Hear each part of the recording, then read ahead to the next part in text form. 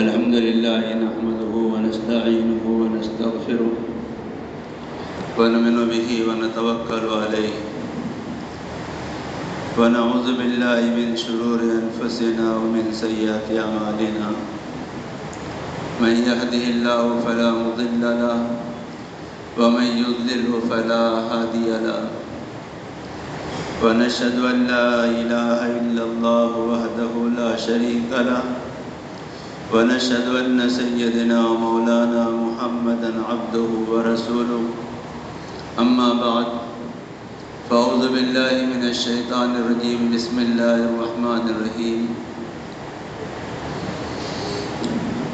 ربنا وجعلنا مسلمين لك ومن ذريتنا أمة مسلمة لك وأرنا مناسكنا وتب علينا إنك أنت التواب الرحيم صدق اللہ العظیم۔ میرے محترم بزرگوں اور عزیز دینی بھائیوں، بات چل رہی تھی حضرت ابراہیم علیہ نبینا علیہ السلام کی کہ بڑی بڑی قربانیاں دینے کے بعد اور بڑی بڑی آزمائشوں میں پورا اترنے کے بعد پھر اللہ نے ایک بڑا کام لیا حضرت ابراہیم علیہ السلام سے، یعنی خانہ کعبہ کی تعمیر کروائی اور خانہ کعبہ کی تعمیر کرنے کے بعد پھر اعلان کرنے لگایا کہ وہ اذن فی الناس بالحج، لوگوں میں حج کا اعلان کرو۔ یہ ایک کام تھا جو بہت بڑا کام تھا، جو حضرت ابراہیم علیہ السلام سے اللہ نے لیا، اور اس عمل کو اور اس تعمیر کو، جس تعمیر کو حضرت ابراہیم اور حضرت اسماعیل علیہ نبینا علیہ السلام نے تعمیر کیا تھا، اس کو یادگار بنایا، اس کے اعمال کو قیامت تک کے جاری اور ساری کیا، اور اس کعبے کی آبادی کا فیصلہ قیامت تک کے اللہ نے کر لیا۔ یہ ان ساری آزمائشوں اور قربانیوں کے بعد ہوا جو حضرت ابراہیم علیہ السلام نے پیش کی۔ اس لیے آج بھی دنیا کے کونے کونے سے لوگ حج اور عمرے کے لیے جاتے ہیں اور ان مقامات کی زیارت کر کے حضرت ابراہیم علیہ السلام کی یاد کو تازہ کرتے ہیں۔ تو خانہ کعبہ کی تعمیر کے دوران اور خانہ کعبہ کی تعمیر کے بعد حضرت ابراہیم علیہ السلام نے بہت ساری دعائیں کی۔ یوں تو نبیوں کے پاس سب سے بڑا جو ہتھیار ان کا ہوتا ہے وہ ان کے لیے دعا ہی ہوتی ہے۔ اللہ نے نبیوں کو جہاں دین کی محنت دی اور جہاں دعوت کا کام دیا، وہی اللہ نے نبیوں کو دعا کی طاقت بھی دی۔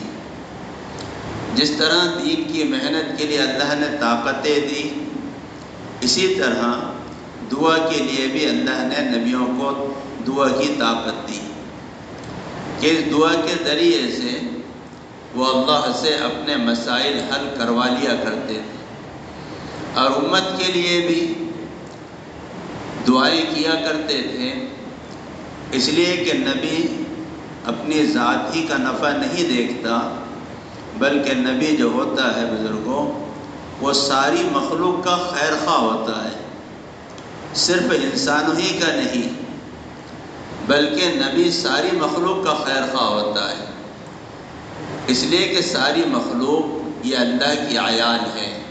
الخلق عیال اللہ، ساری مخلوق یہ اللہ کی عیال ہے، اور اللہ کے نزدیک سب سے زیادہ محبوب اور سب سے زیادہ پسندیدہ وہ بندہ ہے جو اللہ کی مخلوق کے ساتھ رحم کا معاملہ کرے۔ ارحموا من فی الارض یرحمکم من فی السماء، تم زمین والوں پر رحم کرو، آسمان والا تم پر رحم کرے گا۔ تو اس زمین پر بسنے والی صرف انسان ہی نہیں ہے، بلکہ ساری مخلوق ہے جتنی بھی اس روئے زمین پر بستی ہے، اللہ کے نبی نے فرمایا ارحموا من فی الارض یرحمکم من فی السماء، تم زمین والوں پر رحم کرو تو آسمان والا اللہ الرحمن یہ تمہارے اوپر رحم کرے گا۔ تو حضرت ابراہیم علیہ السلام نے مختلف دعائیں کی ہیں۔ میں نے گزشتہ ہفتے بھی کہا تھا کہ مسجد کی تعمیر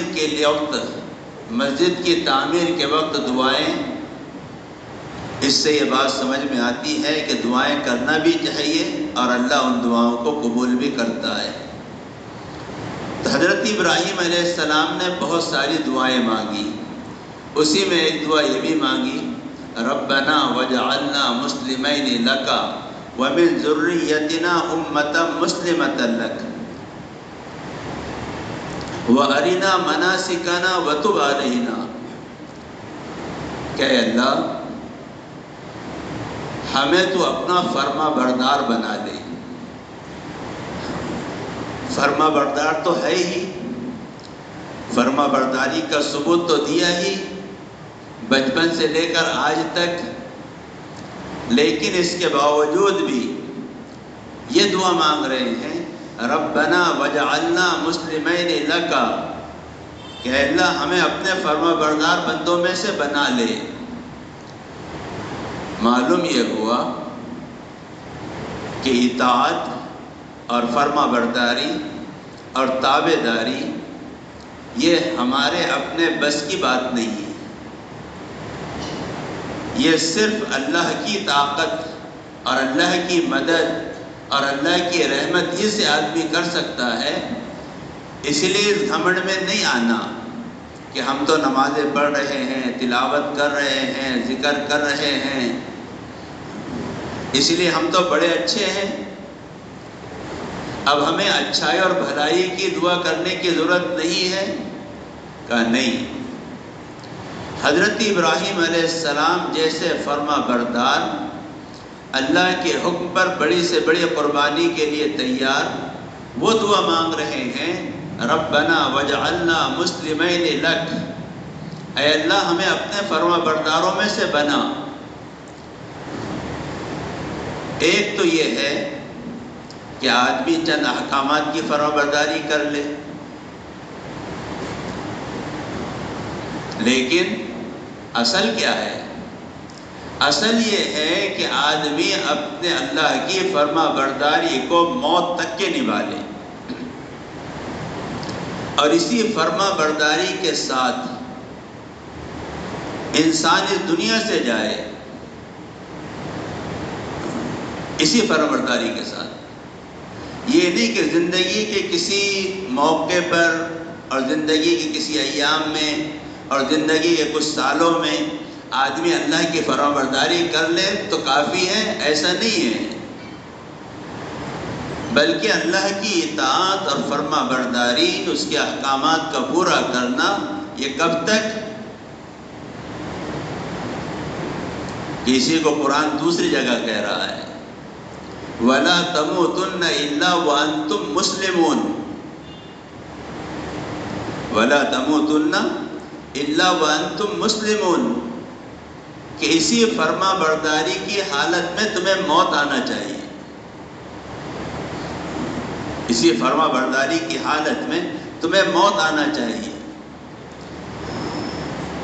اس لیے اللہ کے احکامات کی فرما برداری، اللہ اور اس کے رسول کی اطاعت زندگی کے چند لمحوں کے لیے، چند مہینوں کے لیے، چند سالوں کے لیے نہیں ہے، بلکہ اسی اطاعت و فرما برداری میں موت آنا چاہیے۔ وَلَا تَمُوتُنَّ إِلَّا وَأَنْتُمْ مُسْلِمُونَ، کہ تمہیں موت نہ آئے مگر اس حال میں کہ تم اللہ اس کے رسول کے اطاعت گزار ہو، فرما بردار ہو، اس کے احکامات کو اپنی زندگی میں پورا ادا کر رہے ہو۔ تو حضرت ابراہیم علیہ السلام دعا مانگ رہے ہیں ربنا وجعلنا مسلمین لک ومن ذریتنا امۃ مسلمۃ لک۔ دوسری ایک دعا اور کی، اے اللہ میری امت میں، میری ذریت میں، میری اولاد میں،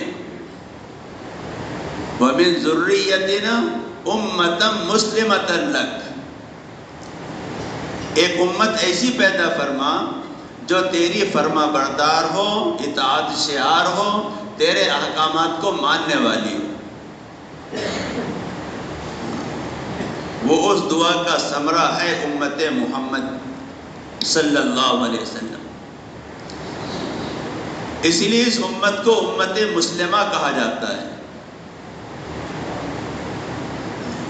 ہم اپنے بچوں کو بھی سکھاتے ہیں، بیٹا بولو تم کون ہو؟ تو کہتا ہے مسلمان۔ تو یہ حضرت ابراہیم علیہ السلام نے دعا مانگی تھی، ربنا وجعلنا مسلمین لک ومن ذریتنا امۃ مسلمۃ لک، کہ میری امت میں، میری ذریت میں ایسی امت پیدا فرما جو مسلمان ہو، یعنی اللہ اس کے رسول کی فرما بردار ہو۔ پھر آگے کہا وَأَرِنَا مَنَاسِكَنَا وَتُبْ عَلَيْنَا، خانہ کعبہ بن گیا، لوگوں کو آنے کا اعلان بھی ہو گیا کہ لوگ آئے خانہ کعبہ کی طرف۔ تو یہ آنے والے کیا کریں گے؟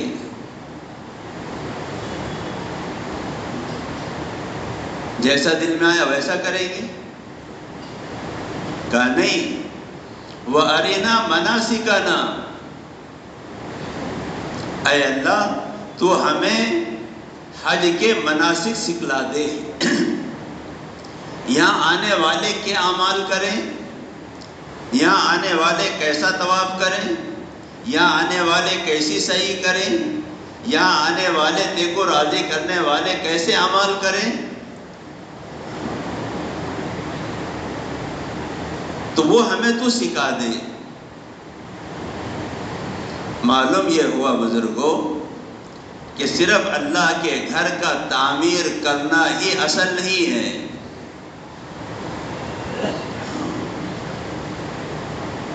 جس اللہ کے گھر کی تعمیر کی جا رہی ہے، اس اللہ کے گھر کی تعمیر کرنے کا جو مقصد ہے کہ لوگ آ کر اس میں عبادت کریں، تو عبادت ان کے من سے نہیں اور ان کے طریقے سے نہیں، عبادت تو ہوگی اس طریقے سے جو طریقہ اللہ اس کا رسول بتائے۔ تو اس کو سمجھانے والے، اس کو سکھانے والے مساجد میں ہونا بے انتہا ضروری ہے۔ حضرت ابراہیم علیہ السلام دعا مانگ رہے ہیں، وَأَرِنَا مَنَاسِكَنَا، اے اللہ ہمیں یہاں کے اعمال سکھا دے۔ کیوں سکھا دے؟ کہ جب لوگ آئیں گے تیرے گھر میں تو ان کو بتایا جائے کہ اللہ کو راضی کرنے والے اعمال یہ ہیں اور اللہ کو ناراض کرنے والے اعمال یہ ہیں۔ تو جس طرح مسجد کی تعمیر اور اللہ کے گھر کی تعمیر یہ ضروری عمل ہے، اسی طرح اللہ کے گھر میں آنے والوں کی عبادتیں صحیح ہو، ان کے اعمال صحیح ہو، تو اس کا علم حاصل کر کے اس علم کو دوسروں تک کے پہنچانے والوں کا ہونا بھی بے انتہا ضروری ہے۔ ورنہ لوگ اپنی مرضی سے، اپنے مزاج سے جیسا چاہیں گے ویسا کریں گے۔ تو اللہ کا گھر تو بنایا گیا کس لیے؟ اللہ کا گھر بنایا گیا اللہ کی اطاعت و فرما برداری کے لیے، اللہ کو راضی کرنے والے اعمال کرنے کے لیے۔ اس گھر میں بھی اگر اللہ کو راضی کرنے والے اعمال نہیں ہوں گے تو پھر وہ کون سا گھر ہوگا اور وہ کون سی جگہ ہوگی جہاں اللہ کو راضی کرنے والے عمل کیے جائیں۔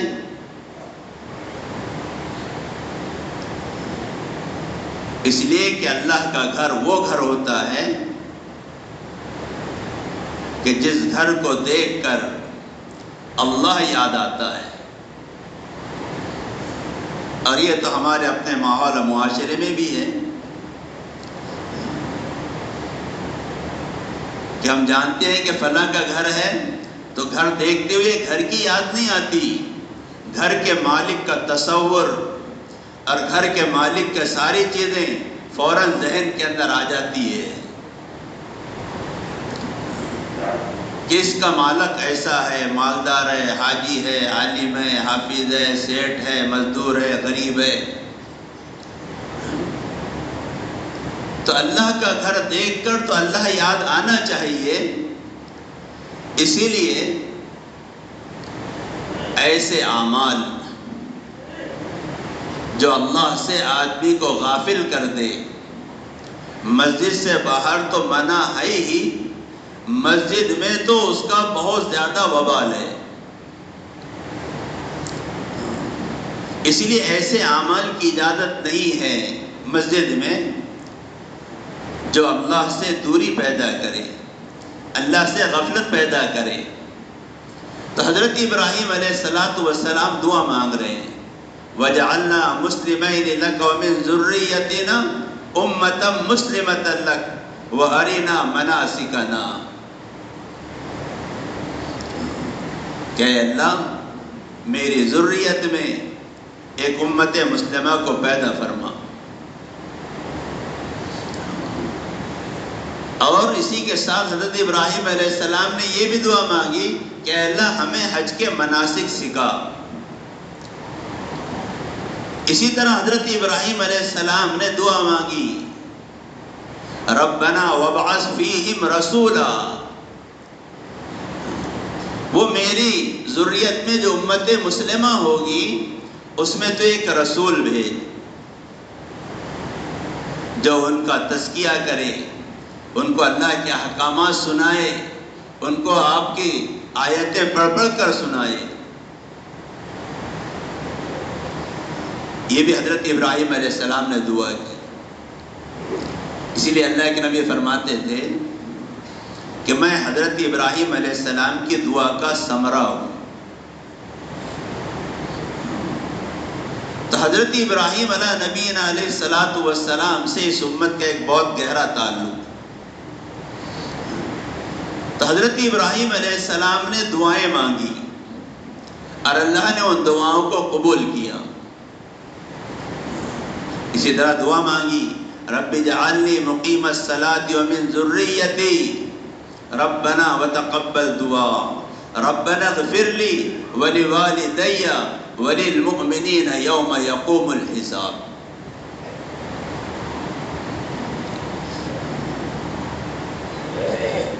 نبی، میں نے پہلے ہی کہا، وہ ساری مخلوق کا ہمدرد اور خیرخواہ ہوتا ہے۔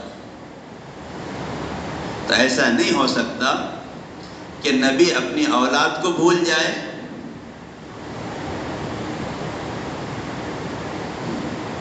اور نبی امت کو بھول جائے، نہیں ہو سکتا۔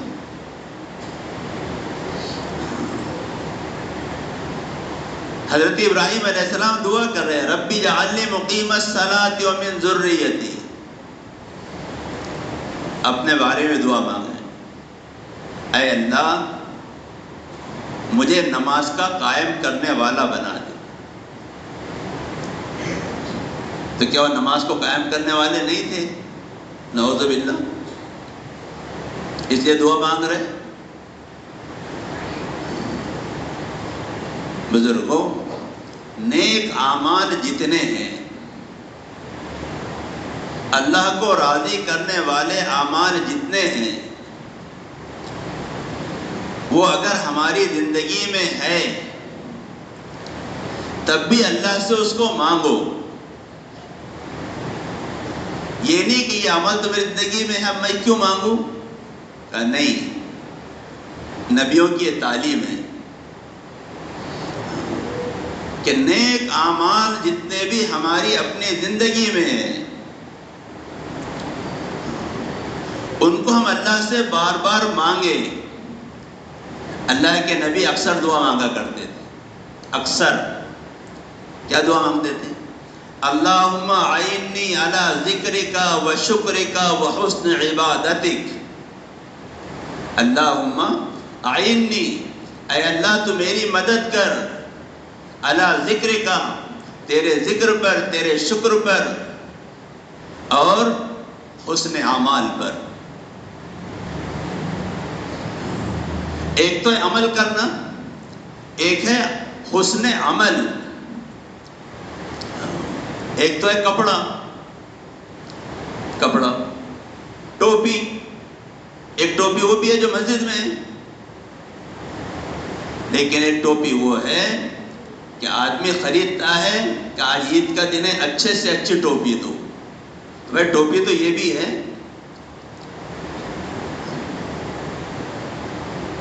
لیکن وہ اچھے سے اچھی ٹوپی خریدنے کے لیے عزم کرتا، ارادہ کرتا، مال خرچ کرتا ہے تاکہ اچھے سے اچھی ٹوپی آ جائے.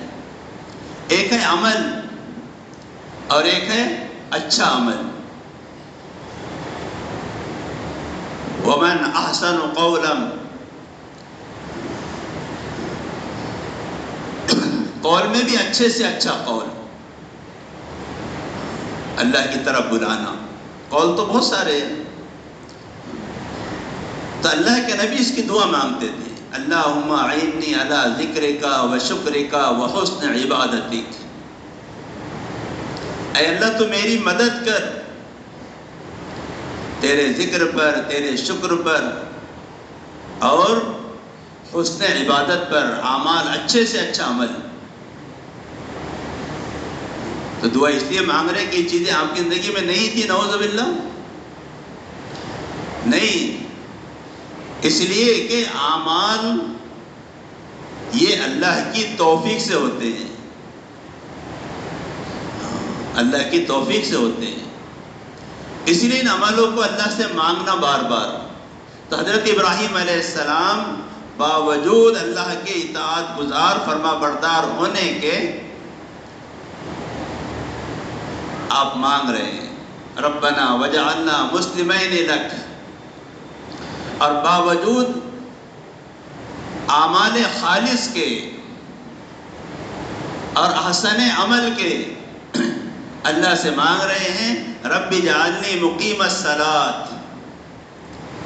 اے اللہ مجھے نماز کا قائم کرنے والا بنا دے. ایک ہے نماز کا پڑھنا اور ایک ہے نماز کا قائم کرنا. آدمی اپنی ذات سے نماز پڑھ لے تو یہ تو ہو گیا نماز کا پڑھنا، لیکن ہم اپنی ذات کے ساتھ نماز پڑھتے ہوئے اپنے اطراف میں، اپنے ماحول میں، اپنے قرب و جوار میں جو لوگ ہیں ان کے اوپر نماز کی ایسی محنت کرنا کہ وہ بھی نمازی بن جائے، اس کو کہتے ہیں اقامت صلاۃ. تو نماز کے ساتھ ساتھ نماز کی محنت بھی. رب اجعلنی مقیم الصلاۃ ومن ذریتی، اور میری اولاد جو ہے ان اولاد کو بھی نمازی بنا.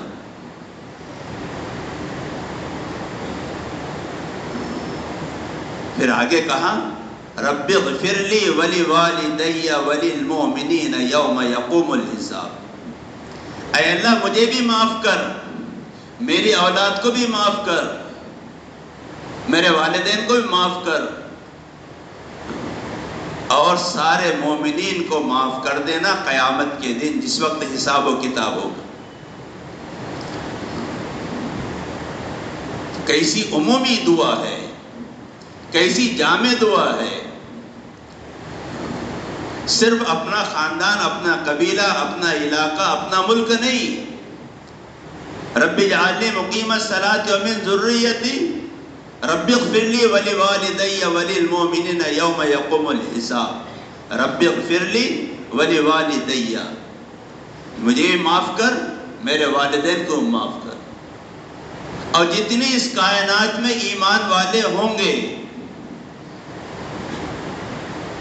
ان کو بھی معاف کر دینا حساب و کتاب کے دن. یہ دعا مانگ رہے تھے. تو حضرت ابراہیم علیہ السلام نے یہ دعائیں مانگی. پھر جب اللہ نے بہت سارے حکم دیا حضرت ابراہیم علیہ السلام کو،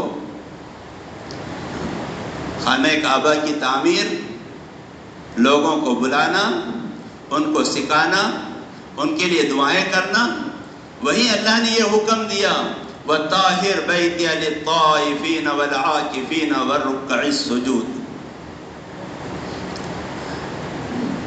کہ آپ نے تعمیر کر لی، لوگوں میں اعلان بھی کر دیا، آواز لگا دی، لوگ آئیں گے، ان کو آپ سکھائیں گے، ان کی تعلیم و تربیت کریں گے، تو یہ آنے والا جو مجمع ہوگا ان کے لیے آپ ایک اہتمام اور کریں.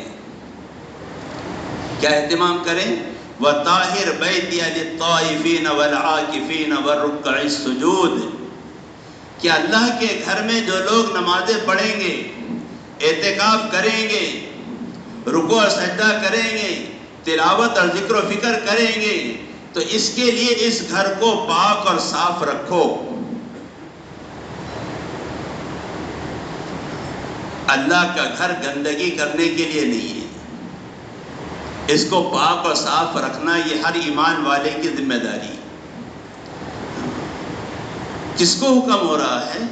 دو جلیل القدر نبیوں کو، حضرت ابراہیم، حضرت اسماعیل، ان دونوں سے یہ کہا جا رہا ہے کہ میرے گھر کو پاک اور صاف رکھو. اللہ کے گھر گندگی کرنے کے لیے نہیں ہے کہ پسینے کے کپڑوں میں آیا، کرتا اتارا، بنیان پسینے میں لت پت اور جانماز پر آ کر سو گیا.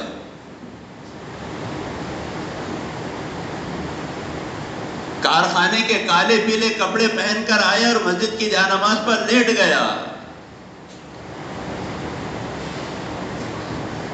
دن بھر دکان پر کام کر رہا ہے اور بیت الخلا کرنے کے لیے مسجد میں آ رہا ہے، منہ ہاتھ دھونے کے لیے، وضو کرنے کے لیے مسجد میں آ رہا ہے، اس کی اجازت نہیں ہے. یہ تو مسجد کے لوازمات میں اس لیے ہے تاکہ نمازی کو وضو کی، طہارت کی تکلیف نہ ہو، اس کے لیے.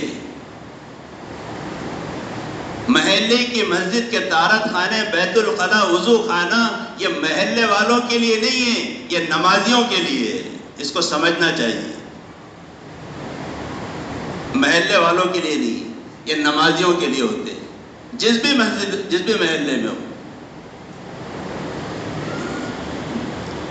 تو اس کے پاک کرنے کا حکم ہے. اس لیے مسجد کو صاف کرنا، جھاڑو دینا، اس میں کچرا دکھا تو اٹھا لینا، اس کا حکم دی شریعت نے. باقی پاک اور صاف رہنا یہ تو اسلام کے شعار میں سے ہے. دنیا میں کسی قوم، کسی مذہب میں نہیں ہے کہ استنجا کرنے کے بعد ڈھیلے اور پانی کا استعمال کیا جائے، صرف مسلمانوں میں ہے. لیکن یہ بھی ویسے ہی ہو گیا، کھڑے رہ کے پیشاب کرا اور سارا عطر پیداوے میں لگا لیا اور دن بھر اس کی خوشبو سونگھتا رہا. ہائے افسوس. پاکی اور صفائی، اس کو تو آدھا ایمان بھی کہا گیا ہے. عجیب عادتیں ہو گئی ہماری. گھر کا کچرا جمع کریں گے، دکان کا کچرا جمع کریں گے اور راستے پر لا کے ڈال دیں گے. بتا رہے کہ دیکھو ہم کتنے صاف ستھرے ہیں. جس اسلام میں، جس شریعت میں یہ حکم ہے کہ راستے میں اگر تکلیف دینے والی چیز پڑی ہوئی ہے تو اس کو ہٹا دو. کبھی ہم نے سوچا میرے راستے میں گاڑی کھڑے کرنے پر اور میرے گھر کے اور دکان کے کچرا ڈالنے پر کتنے لوگوں کو تکلیف ہوگی؟ آپ گزرو بلگاؤں روڈ پر، دیکھو چل کے، جو خوشبو شروع ہوتی ہے ہالوں کے پاس سے لے کر تو نوساری تک کے ناک میں دم لینا مشکل ہو جاتا. تو کوئی نے غیر آ کے ڈال رہے وہاں.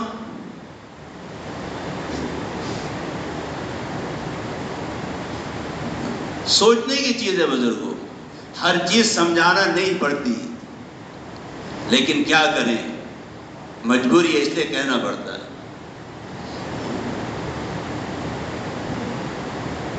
کہ سارے گھر کی گندگی نکال کر روڈ پر ڈال دیا۔ یقین مانو،